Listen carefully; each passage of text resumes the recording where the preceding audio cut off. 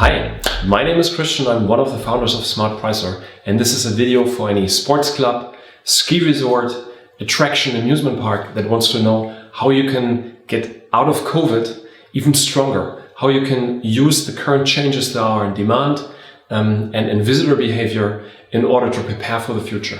So in order to analyze this, we've spoken with dozens of sport clubs, ski resorts and attractions, and we really found three patterns that were things that were done, approaches that were done by the most innovative players. Those three patterns are online is king, crowd control and a better guest experience, and a preparation for a very uncertain demand, for a very dynamic demand. Now, let's look into those trends at the example of concrete case studies. This is the case study of Sölden. It's one of the largest ski resorts in the Alps.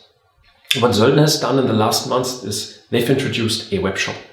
A web shop that's dynamically priced, where they incentivize early birds that come on low demand days with a price reduction of up to 20%. People who book last minute at the cash desk, they pay a higher price. This, of course, drives people to the online channel. There is, however, one more strategy to push online, and that's actually to only allow for online only. What do we mean by this? We've seen many spas, attractions, museums. They said, you're not able to buy tickets at the cash desk anymore. You have to come to the online shop. You have to have a ticket in advance. And we believe this may stay for some of those players. Second trend, here we look at the example of Wund Group. Wund Group is the largest spa operator and thermal bath operator in Europe. And what Wund has done in order to manage their crowds better and in order to improve the guest experiences, they used to have two separate products, which is just the ticket and the pool lounger separately, which you could buy one or the other combined. And what they've done now is they combined both tickets. So this means you don't have a choice anymore. When you buy a ticket, you have to take the pool lounger, which has the nice effect that the guest experience, of course, gets much better. It will be less crowded in the bath. At the same time, it also allows them to increase the average ticket price, as of course, this is sold at a significantly higher price.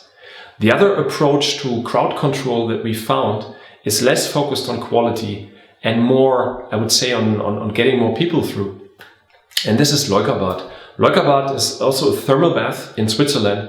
And we looked at two thermal baths because we found the comparison very interesting. Same business, but different strategy. Here the strategy is there used to be a 2 and a 3 hour pass, and there used to be a day pass. And what Bergbahnen has done is they've abolished the day pass. It doesn't exist anymore. You have to come either for 2 or for 3 hours. And this way, they of course have a throughput of people that can be higher than if they still had the day passes. Now let's look into the third trend. For this, we've taken a look at Phantasialand. Phantasialand is a big amusement park in Germany. And what they've done in the last months is they've introduced a dynamic pricing in order to be able to react more flexibly to demand. And what's very interesting to see when you look at the web shop is the price differential. So we do see price differentials of starting on low and demand days for people who book early at 24, 25 euros. And this can double on those peak days for people who book last minute. So again, a very interesting approach and makes them much more flexible to react to an uncertain demand. And how uncertain this demand can be, we've seen, for example, some of the governments released some of the restrictions on travel.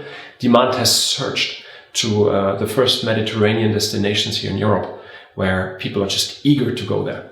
And of course, this, for the example of Phantasialand, will have an impact on their prices. So to summarize, there's really three trends that we see, three ways how venues deal with the post-COVID world.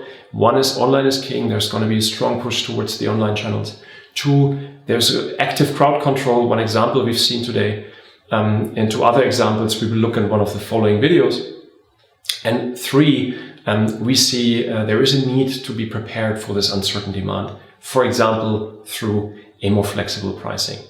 We hope you liked this video. We're going to have deep dives into those topics and concrete case studies in the following videos. And please leave us a message, give us a like, or drop me an email if you'd like to know more at christian@smart-pricer.com. christian@smart-pricer.com. Thanks a lot and see you soon.